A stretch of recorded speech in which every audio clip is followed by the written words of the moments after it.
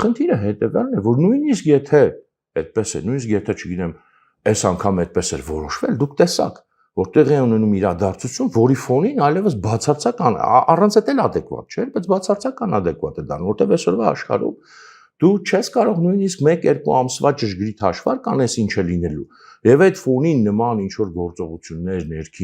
ներքին անկայունությունը ստեղծան հրահարելով, դու ուղղակի նույնիսկ եթե դու մտադրված ես, որ տենց մինչև վերջ թեման կտնես, տեսնում ես, որ չես կարող, որտեղ այնպիսի իրադարձություններ են տեղի ունենում, որոնց դու փաստացի պատրաստ չես, որոնց դու պետք է պատրաստ լինեիր, դու դրանով պետք է օրնի բուն զբաղված լինեիր, նման իրադարձություններով, չեմ ասում մենակ Իրան-Իսրայել, ընդհանրապես, եւ այդ քո բոլոր պլանները նույնիսկ եթե իրական են, մի կողմ թողնենք, որ ես մեկը չեմ հավատում, որ դա տենց մինչև վերջ հասցվելու էր այդ թեման, խոսենք մի քիչ դրա մասին, ինչ եմ ես մտածում նաեւ վերջում կավելացնեմ երկու բան, բայց համենայնպես մենք տեսնում ենք, որ այդ դեպքը չեք կարող դուք այսօրվա աշխարհում նստել ու տենց ինչ որ բաներ պլանավորել։